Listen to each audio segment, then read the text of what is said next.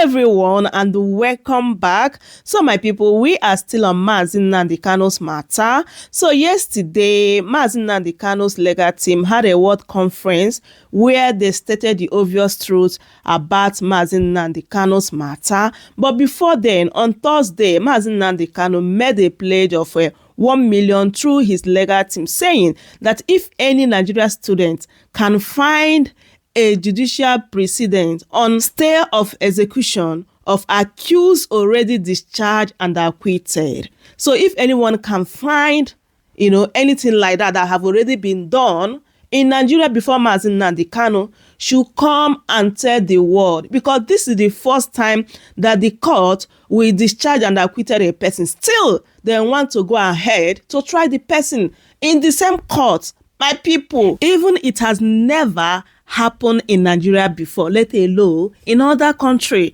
This to show you that whatever they are doing to Mazi Nnamdi Kanu is just intentional, and they know very well, just because Mazi Nnamdi Kanu is an Igbo man, assuming that Mazi Nnamdi Kanu is an Hausa man or a Yoruba man, this could have never happened to him. But it's quite unfortunate as well, especially from our Igbo elites and the politicians who are now gaining from continued detention of Mazi Nnamdi Kanu, because they are not playing politics with Mazi Nnamdi Kanu's life. Because if anyone wants to feel relevant or want people to notice him or her, the next thing he will say is that very soon they'll release Mazi Nnamdi Kanu. Is it not our Igbo governors that came together the other time saying that they're going to talk to Tinubu to let Mazi Nnamdi Kanu go? But up to now, we have not even heard anything from them. This to show you that federal government do not even value or regard them. If not, he would have listened to them.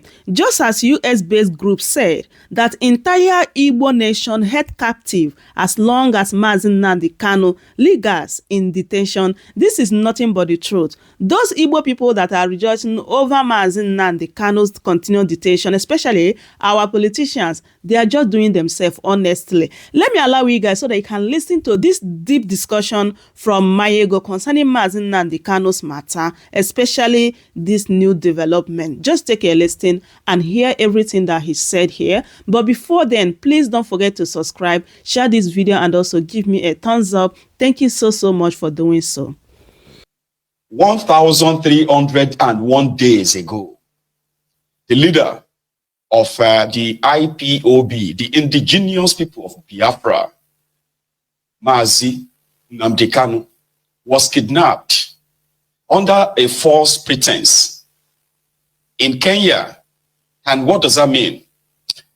Nigeria's murderous regime under Bukwari presented a false intel to the secret police of Kenya that Nnamdi Kanu, if found in their country, was there to meet with the terrorist group in the country, and therefore he is a wanted man in Nigeria. Having heard that, the Kenyan secret police then targeted Nnamdi Kanu, who was at the airport, by the way, after arriving the country 3 days earlier, when he didn't sneak into their country. When Nnamdi Kanu arrived in Kenya, right, he checked himself in at some point to one of their hospitals for a checkup when he wasn't feeling well. Then 3 days after, he was at the airport to pick up a friend that was also arriving in Kenya on that unfaithful day, when the supposed secret police of Kenya swooped on him under the pretense that they received an intel that Nnamdi Kanu was in Kenya to meet with Al-Shabaab terrorist group in Kenya. Meanwhile, he wasn't there to meet with any terrorist group at all. Well, they found out, 7 days later, having been tortured, where Nnamdi Kanu was taken to an underground cell, where he was also chained down and was being tortured for days, until they came out to say, well, the intel was wrong. At that point, Nnamdi Kanu told his captor, the Kenya secret police, let me go. Now that you realize that I am not in your country to meet with any terror group or what have you. That was when he was told, sorry, we can't do that. there is some higher level of authority more interested in you. In fact, Nigeria has made them an offer. That offer is irresistible offer. In this regard, we don't have anything against you. We don't have anything against you, man. But we just have to hand you over to a team of Nigerians who are already waiting at the airport to take you to Nigeria. That was the beginning of the Nnamdi Kanu's illegal rendition to Nigeria. 1,301 days ago. I even did the calculation. Give me a sec. 1,301 days ago. 112,406,400 seconds ago. 1,873,440 minutes ago. 31,224 hours ago. In a nutshell, 1,301 days ago, Malamu, that provided the fake intel on Nnamdi Kanu to the Interpol as well as the Kenyan police. When Nnamdi Kanu got drugged and bundled down to Nigeria, it was paraded as a trophy. It was like a celebratory day for them in northern Nigeria, that their media, their political class, their impoverished people, they went all up in joy that the man that has been preaching for the peaceful breakup of that contraption has finally been captured. As if Nnamdi Kanu was the genesis, the beginning and the end of their misery, their poverty, their insecurity in northern Nigeria. It was like a great day for them that Malamun, the Attorney General of Nigeria at the time, had to give a press conference in Hausa to say, yes, we got him under a false pretense. Now, it was time for them to now take Nnamdi Kanu to their court. They took him to their court, by the way, and then to obtain what they called detention order. So when it was time for them to actually present the evidence of why Nnamdi Kanu is a terrorist, they started what is called stalling. They started stalling by using the same corrupt judiciary to continue to hold him without presenting evidence. At some point, they said, oh, we will need to present our witnesses in camera. Give me a sec. In camera simply means that those who are going to say Nnamdi Kanu has, sort of recruited them as terrorists in Nigeria, they will not be seen. They will be testifying behind the curtain. His own legal team rejected that. Cut the long story short, Nnamdi Kanu defeated them in their own court, the appeal court, on the 14th of October 2022.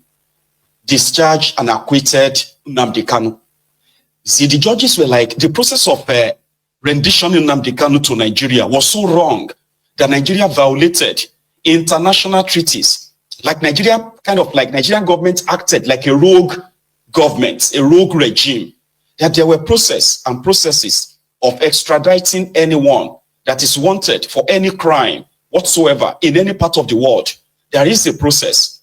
Nigeria didn't follow that. Nigeria did not present Nnamdi, or Kenya authority did not present Nnamdi Kanu before their own courts. The allegation against him was never argued in Kenya. It was a pure, it was a pure kidnapping, situation, which actually presented Nigeria as a pariah state, a lawless country, a rogue nation, where law and order doesn't really count. So their own court said that to them. Like, you have been looking for someone. You say, we have been looking for you. We have evidence that you are a terrorist, you are this, you are that, right? Then it came to your own court. In your own court, you were defeated. On the 14th of October 2022, the appeal court in Abuja ruled that Nnamdi Kanu cannot be tried in any court in Nigeria because the process of his extradition, which is the illegal rendition to Nigeria, was so wrong that any judge, any court that entertains the trial of Nnamdi Kanu is only making mockery of the judicial process in that contraption. So what happened? Malamu and his gang decided to say, I mean, they now filed what they call stay of execution. How can you file a stay of execution on the judgment of a court that says somebody is discharged, acquitted, and he must be returned back to Kenya? That's what their court says. The evidence is online. I'll probably show you some of it in this program. Return him to Kenya, then go through the normal process of extraditing him to Nigeria for whatever crime you think he is committed. But they won't do that. They relied more on their corrupt judiciary to do the dirty deals for them. Because Nnamdi Kanu was not kidnapped because he's done anything wrong. He was kidnapped because, number one, he's an Igbo man. Then number two, he's demanding for something that they thought, like Govt said back then, that, you know, after killing millions of people needlessly, after betraying a gentleman agreement in Ghana, Aburi, right? After betraying all that agreement, returned back to Nigeria and then unleashed war on the people of Biafra at the time, killing millions of women, children, innocent people in a genocidal war. At the end of it, those who perpetrated that crime against humanity in Nigeria, they were never tried for crimes against humanity. Rather, Govt said, no winner, no vanquish. No winner, no vanquish. So, and it was not to be talked about again, which means they believe that they've gotten away with it, forgetting the fact that the children of those who survived, they will one day come back to demand for the same thing that their parents bled for. And it was during the time of Bokwari, one of the criminals, genocidists of the Nigerian genocidal war, that was never tried for his own crime. Rather, he's been rewarded, repeatedly, like many others like himself. So to them, Nnamdi Kanu has sort of opened an old wound in a way that even some of us are questioning that today, that did they actually keep Biafra so that all of us can be facing this shege, this poverty, this terrorism, this backwardness, this economic strangulation, this unemployment, and the rest together? Is this the reason why they kept the Biafrans to remain as part of Nigeria when they did? Is this the reason why they have plotted the division between the old united Biafra to what you now have as a divided people of the old eastern region? So Nnamdi Kanu opened an old wound, an unforgivable move that the only thing they believe they could do is what? Is to get him buried. Unfortunately, they've not found a way of doing that, even in their own courts.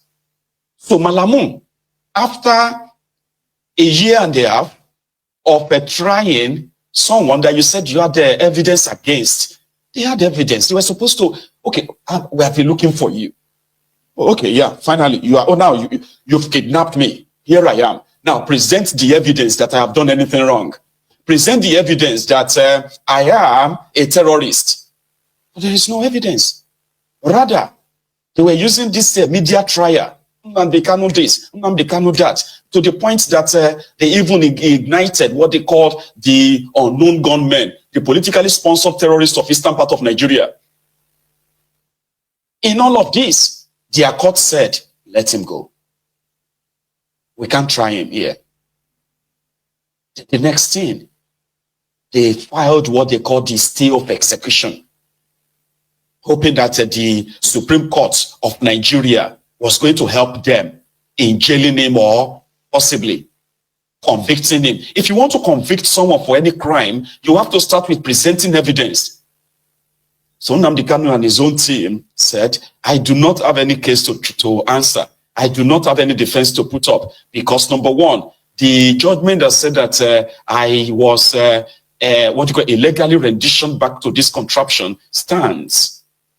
So what did their Supreme Court do? Their Supreme Court supposedly, who was supposed to be the final arbiter. You know, when you go to Supreme Court, whatever the ruling of the Supreme Court is final, what happened? The same corrupt system now ruled that, Nnamdi Kanu's case should be sent back to the High Court, where he's already defeated these mofos. the Supreme Court agreed that Nnamdi Kanu's bail should never have been revoked. That somebody that was expected to return to court at a so date shouldn't have been targeted by the Nigerian army who went there to slaughter and kill him. They actually killed over 32 people in his house that day. So the revocation of his bail was so wrong. That's what the Supreme Court said.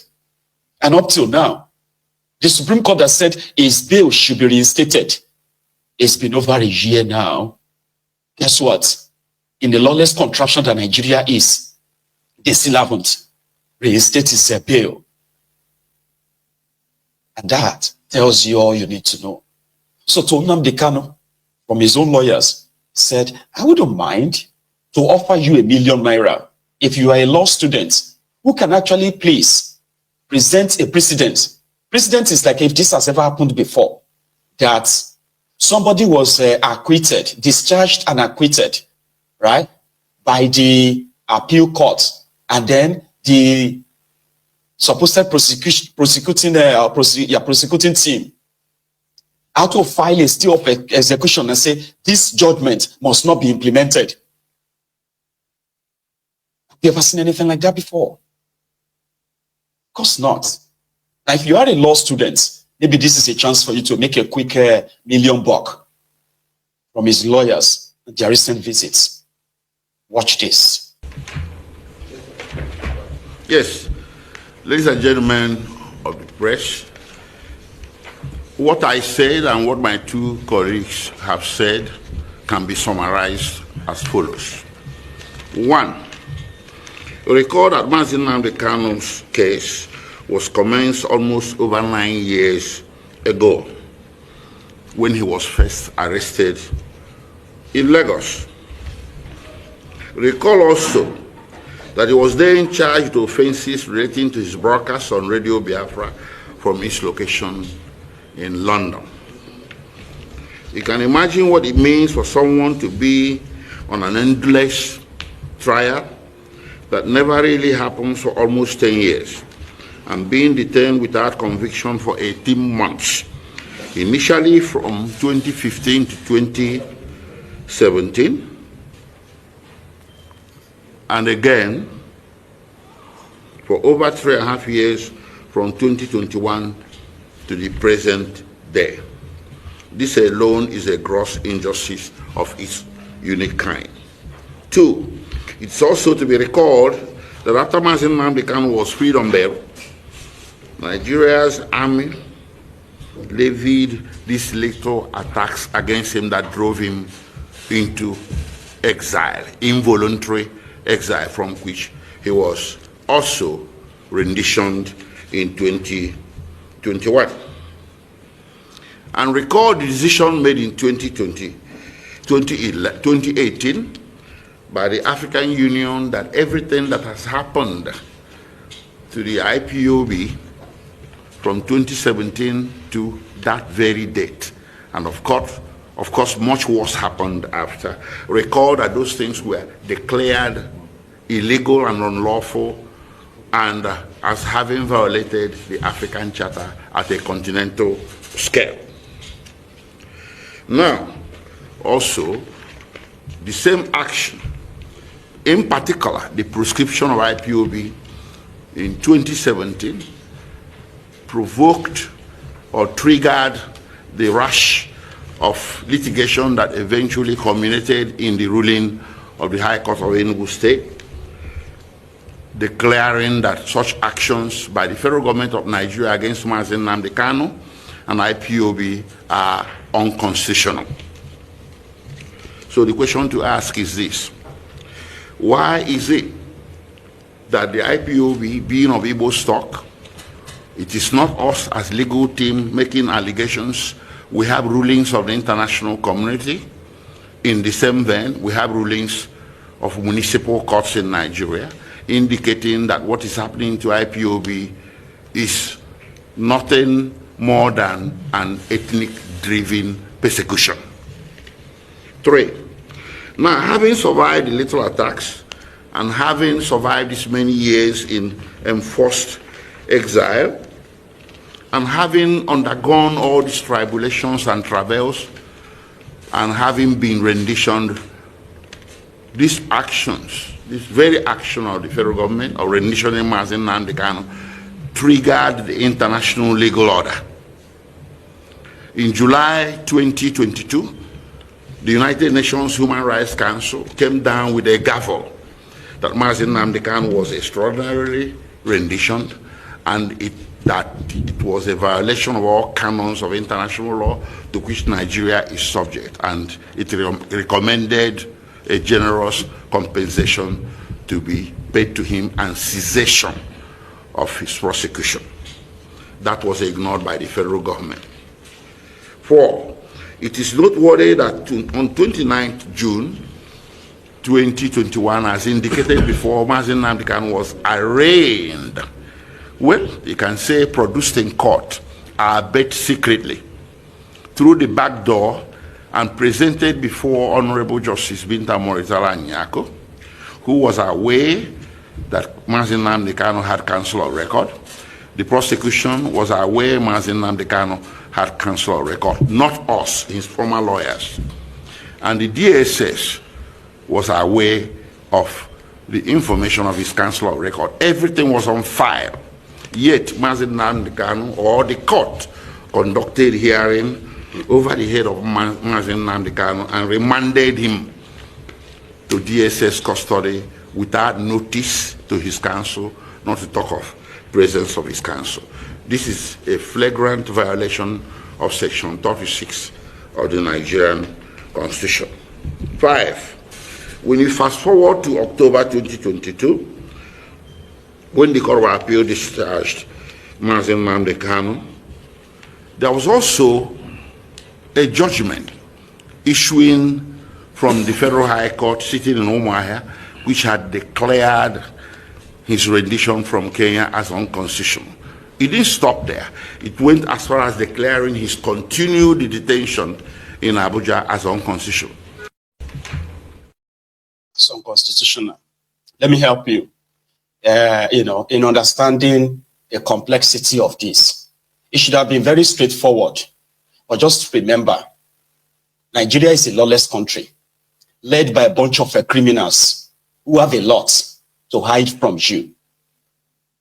According to the fearful Boko Haram's government, Nnamdi Kanu is a terrorist because he has a tool that is so powerful, more powerful than their own weaponry of war, talking of fighter jets, bombs, APC, armored personnel carriers, including hundreds of thousands of soldiers at their own disposal. Nnamdi Kanu has one tool, and that is the truth, via a platform called Radio Biafra. And according to them, the tool in the hands of Nnamdi Kanu is so powerful enough that it can break Nigeria, and in their own statements, it can lead to another war. Why should truth lead to war? It simply means that even though they claimed the war was over, the genocidal war of 1967 to 1970, but it's obvious that it's never over. Majority of those who participated in that war, in that genocide, some of them are still alive, and they are still fighting the war in their own heads. And that is why the conversation around referendum sounds like war to them. Referendum, where people can decide if they still want to be part of this contraption or not. It's a democratic process. It's a democratic experience. And preaching to the people why it is very much important to have a say in deciding if you want to still be part and parcel of this contraption or not is considered warlike to these warmongers, these genocidists that are being paraded as heroes in that contraption. Nigeria is owing Nnamdi Kanu over 1 billion naira in court judgment. Not that they are going to obey any of it. international courts, different courts, has ruled that the extraordinary rendition of Nnamdi Kanu violates international treaties that Nigeria is part and parcel of, that they have no regard for. They do not have any regard for their own courts. And this is the problem. We also know that if Nnamdi Kanu wasn't an Igbo, if he was maybe an Hausa or a Yoruba, there is a chance that Nnamdi Kanu will be walking free today. There is a chance. And this is where the supposed Igbo elite also comes into play. None of this that is happening to Nnamdi Kanu could be happening if the Igbo elite, the Igbo political class, if they are not in the know, if they are not in on it as well. Some call them cowards. Well, maybe they are cowards, but they are worse than cowards.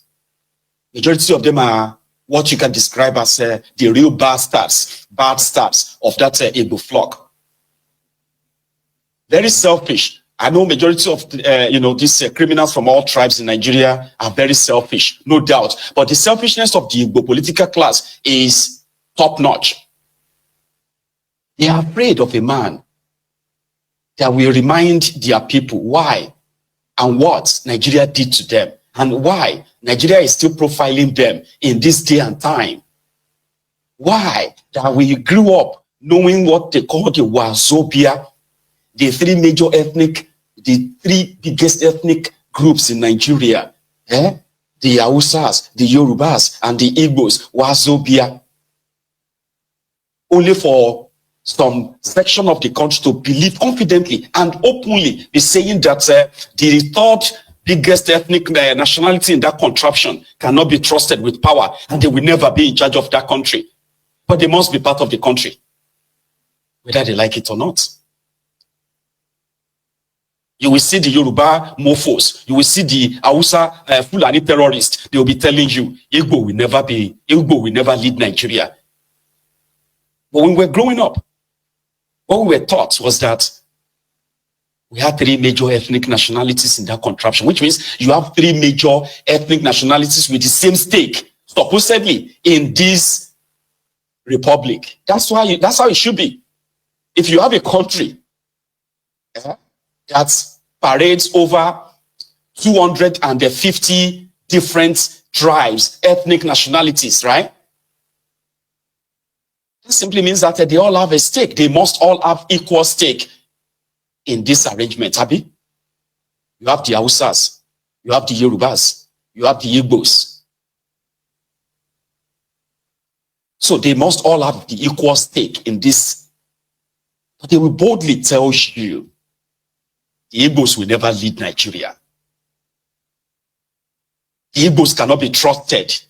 So if they cannot be trusted to lead Nigeria or to have equal stake in this contraption, why then are you keeping them? Somebody is reminding them, even those who prefer to remain quiet, because they believe that the Igbos should be broken after the genocidal war. The Igbos were never supposed to be heard of again.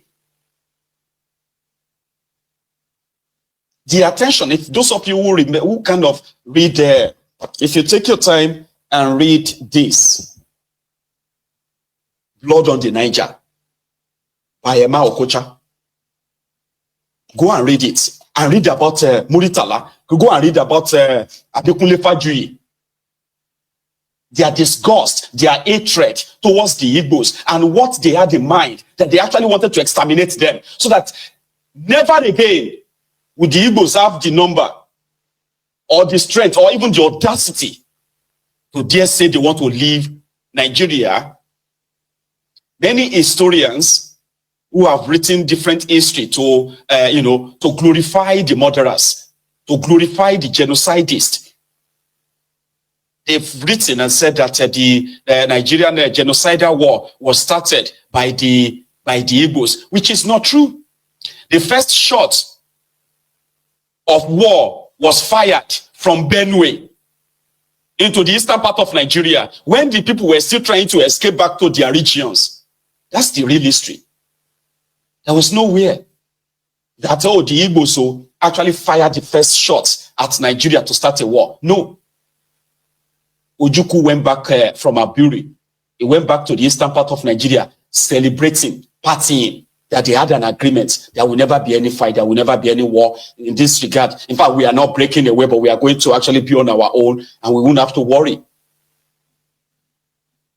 Only for Gowon to walk back on that. Then their historians continue to try to paint them this. Now, if you feel like the Igbos should not be part of this contraption, the easiest thing to do is to what? It's not to criminalize the idea of referendum. No. Like I said, majority of these self-hating Igbos, political class, who are hiring whatever is given to them, they are comfortable. They are comfortable being given Senate president, comfortable being given deputy speaker, deputy this or deputy that, minister this, ambassador that. They are fine with that. In a republic where they were supposed to be equal stakeholders.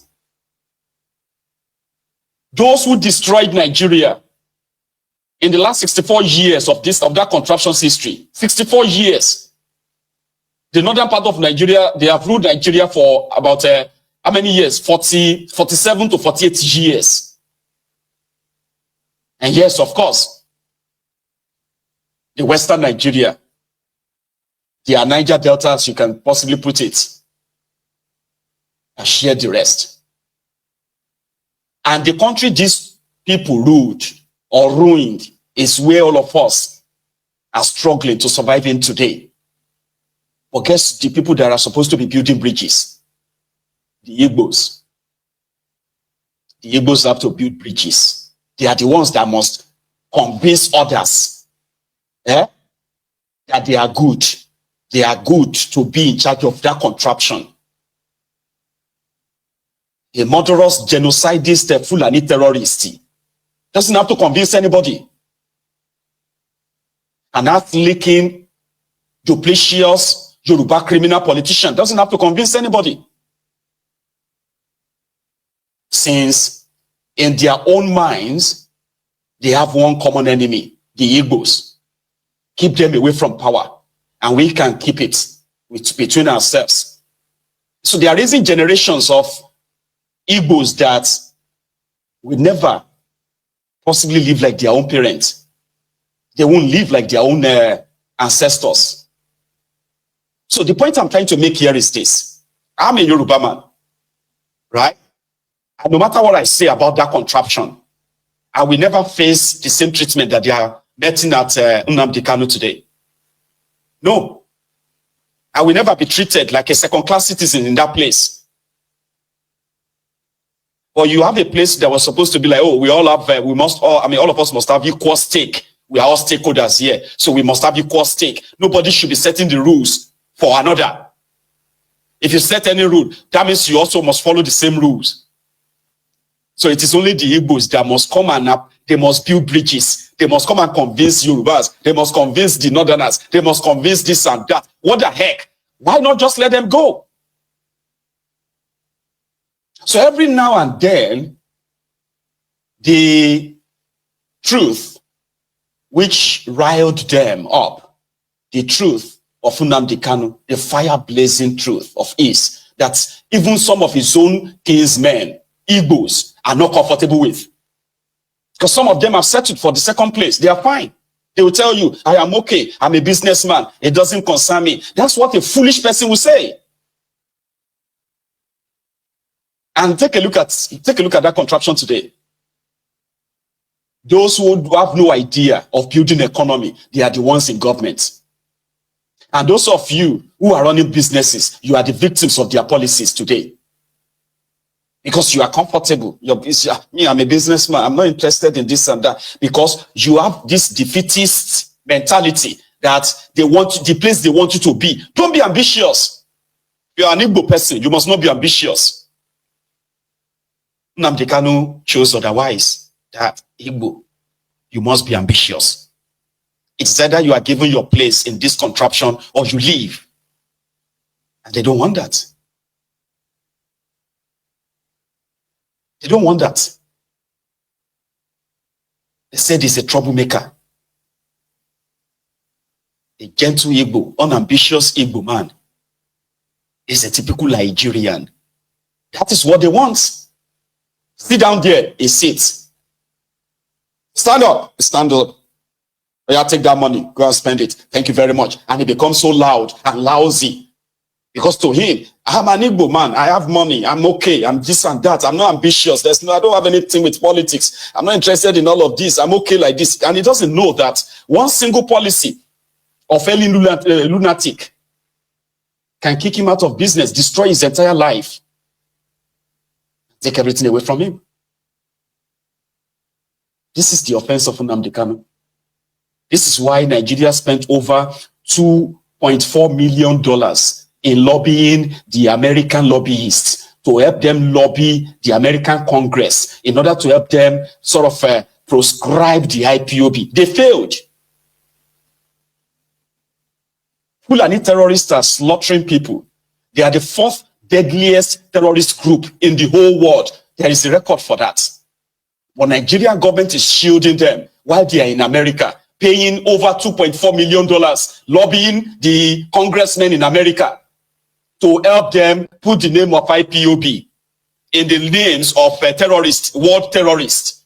Why the real terrorists that are beheading people, slaughtering people, sending people, millions of people into the IDP camps, you know, destroying villages, are never proscribed.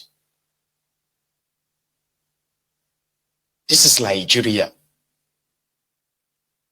And today, if you are a lawyer or a student lawyer, or be a law student, can you please come out and please take this offer? There is ₦1 million for grab. ₦1 million to show to us any precedents of where a court ruled, acquitted, and discharged someone. And then they had to file a stay of execution. A stay of execution of that court's judgment. If you can, show us, please take the offer. Nigeria is a lawless place. They have fed you with so much propaganda, hatred. And you know what they say? That those who fail to learn from history, they are bound to repeat it. Nigeria is currently on edge right now. Nigeria is more divided than ever. The level of pronounced hatred that APC have kind of like planted in the system has never been seen before. The hatred towards one another. We have never seen anything like this before.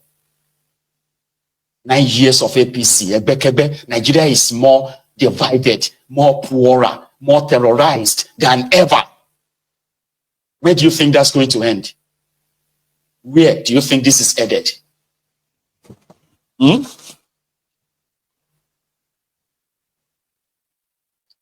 may not have the right answer, but I just know that it's not going to end well. It won't. So we hope that common sense will prevail and innocent man will be let go. But since Nigeria is a place where the victims are always going to be blamed anyway, the oppressors, they hit gold in that contraption where they can get away with just anything and everything. You know? Nnamdi Kanu committed no crime. And if he did commit any crime, the right thing to do is to present the evidence. And you don't do that by also committing an illegality, kidnapping someone, violating international treaties, and then believing that nothing will happen because you are almost a pariah state, a lawless country that is now being led by a drug dealer. Do you think the world doesn't know? The world does know. You know? And it is always turn by turn Nigeria Limited anyway. As they say, injustice to one is injustice said to all. Injustice anywhere is injustice everywhere. Denial of justice anywhere is the same as injustice anywhere. Or should we say injustice anywhere is a threat to justice anywhere too, or everywhere. So if they have any evidence against him, it is ideal for them to not be running away from their own courts. Now, some people are making so much money for keeping him. They are keeping Nnamdi Kanu, spending 500 million naira, taking him to court. Every time they say, oh, he's going to court, so that they can adjourn it again, 500 million naira. Some of these guys are making that money. Who is paying that? Who is collecting it? Welcome to channel.